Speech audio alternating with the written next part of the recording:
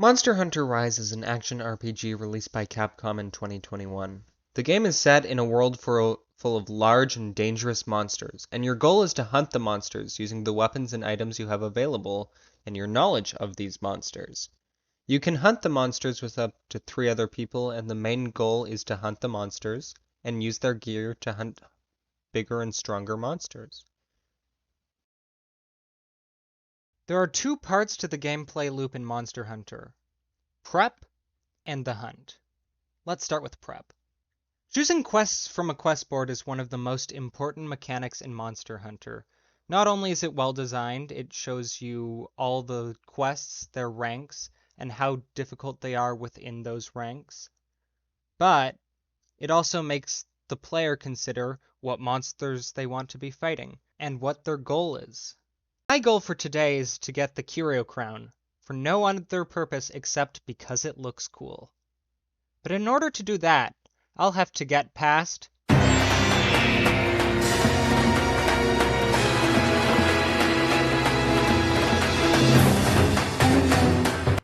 Fortunately for me, I have my Hunter's Notes. This mechanic shows me not only where Rajang is weak, but what he'll use against me in a fight. So I have to consider what weapons I should use against him, what armor I should use against him. Armed with this information, I'll have to engage with the dynamics of the game in choosing what weapon suits me.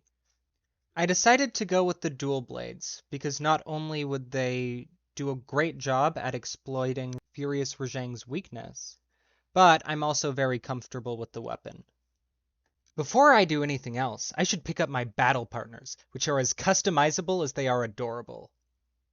Palamutes are rideable, which can be very useful while on a hunt, while Palico's customizability can let them do anything, from healing you to getting more rewards once a quest is done. But that's not all, bucko! Now you need to restock your items. Do you have enough items? Will you have enough items later down the line? Did you bring everything that you need in order to fight this thing? Do you have the potions? Do you have anything that can negate elemental blights? Is this sustainable? Will you have to use the farm or Argosy? You have to ask yourself all of these questions before you go on the hunt. And, of course, you need to remember to look good while you hunt this thing.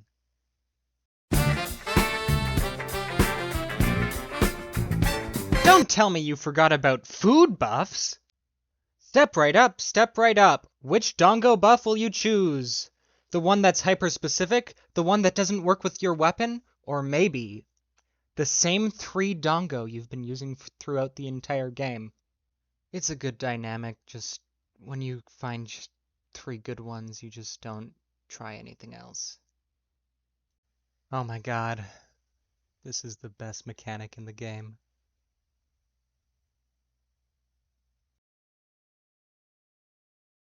And all that before we've even gotten to the hunt. Here goes nothing. Here we go. So he's finally here, coming for you. If you know the words, you can join in too. Put your hands together as your ass gets clapped, as I take you through this Rajang rap. Huh, Rajang, funny monk. He's the ruler of the world, you know him well. He's finally back, without a tail. His thunder fur can shock in parts. If he shoots ya, you're gonna cart.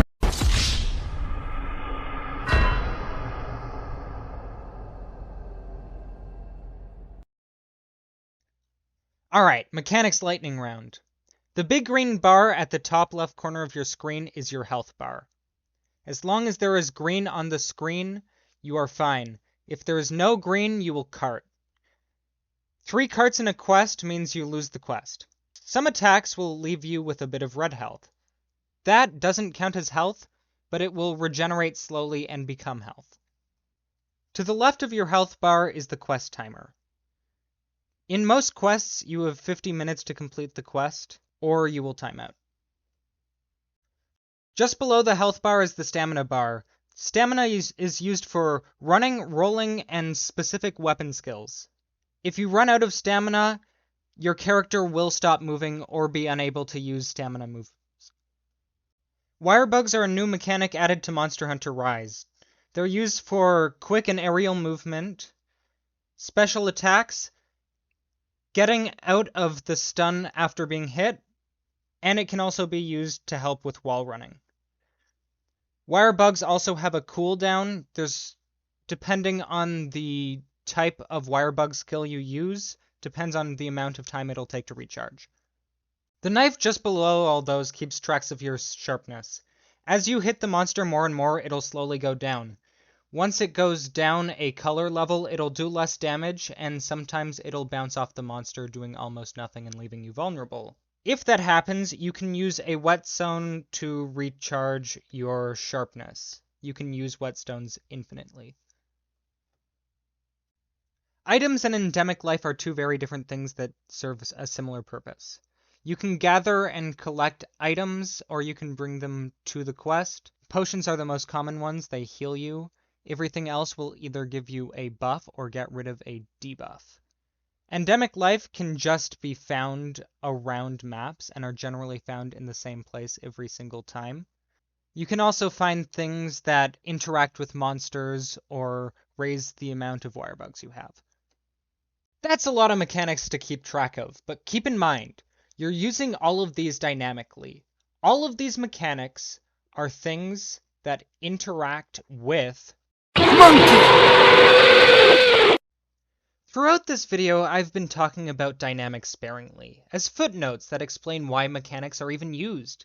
But the dynamics between hunter and monster are the core of the Monster Hunter experience.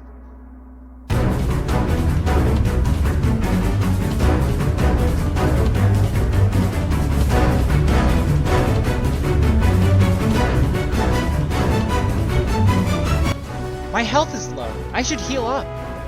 Stay on the wall, stay on the wall, stay on the wall, don't get hit. Crap, I'm out of stamina. Gotta keep moving so I don't get hit. I need to sharpen. Maybe if I wall run up here, I can sharpen in peace.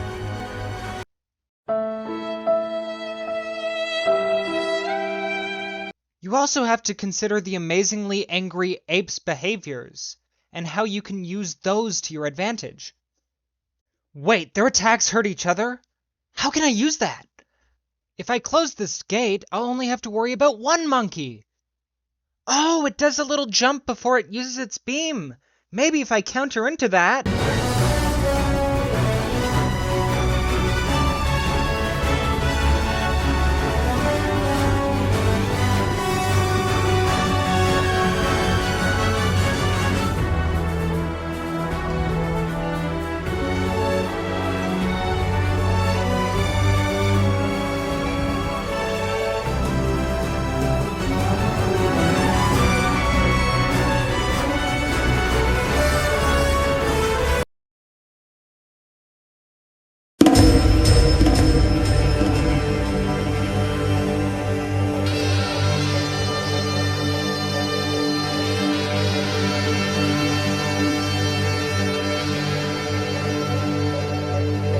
Mechanics, of course, can also be used against you. In this clip, I decided to fall out of an attack too early and got hit by another one. And yeah, it sucks to fail a quest. It hurts to be on the shorter end of the dynamic stick. But look at all the stuff you've learned. And hey, sometimes all you need is a little help. Hey, Jay in the house, get ready for this. I'm gonna regret this. I'm gonna regret it so much in the morning, but whatever. Rising up, back in the sands. Did my dodge, took my potions. Went the distance, now I'm knocked off my feet. Just a man and his thirst for the hunt. Whoa, so many stuns, it happens too fast. You change your mix-up for glory. Don't lose your grip on the cards of the past. You must hunt just to keep them alive. It's the Eye of the hunter, it's the chill of the blight, rising up to the challenge of our rival.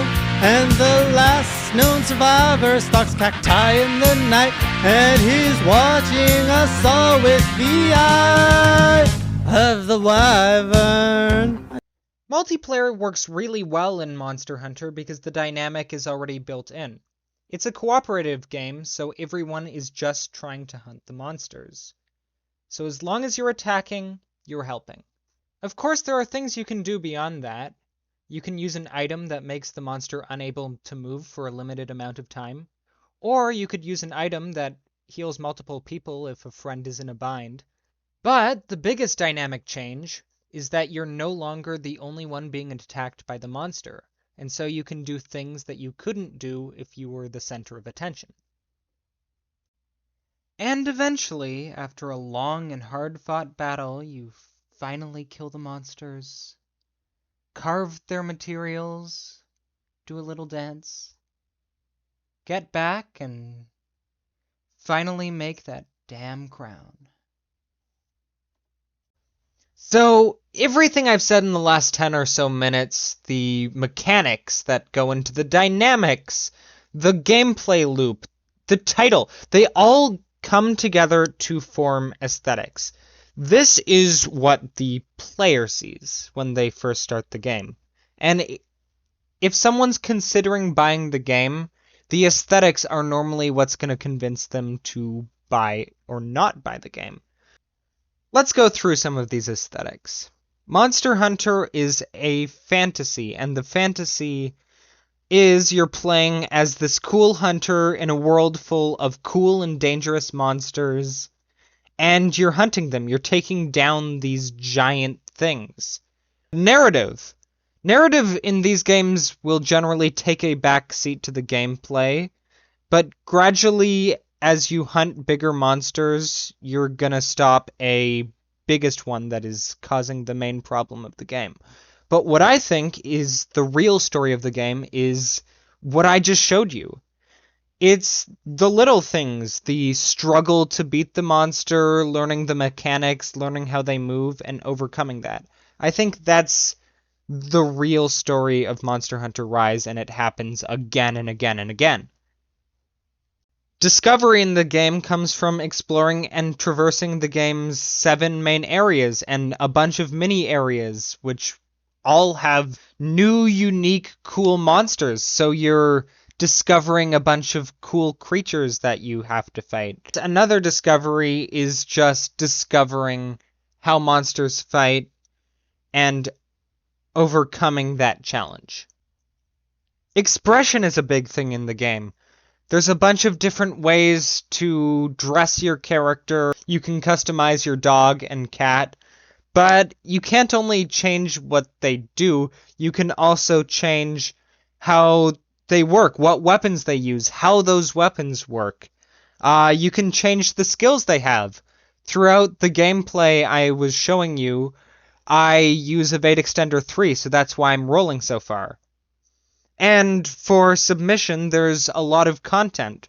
Free updates happen regularly, which means you're getting more and more monsters. And while that eventually ends, you're not supposed to play every Monster Hunter game forever. There's a lot of stuff to do while you play the game, and that's what makes it enticing for a lot of people.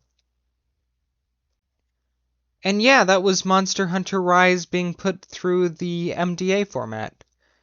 Thanks for listening. I put too many montages in there, but thanks for watching.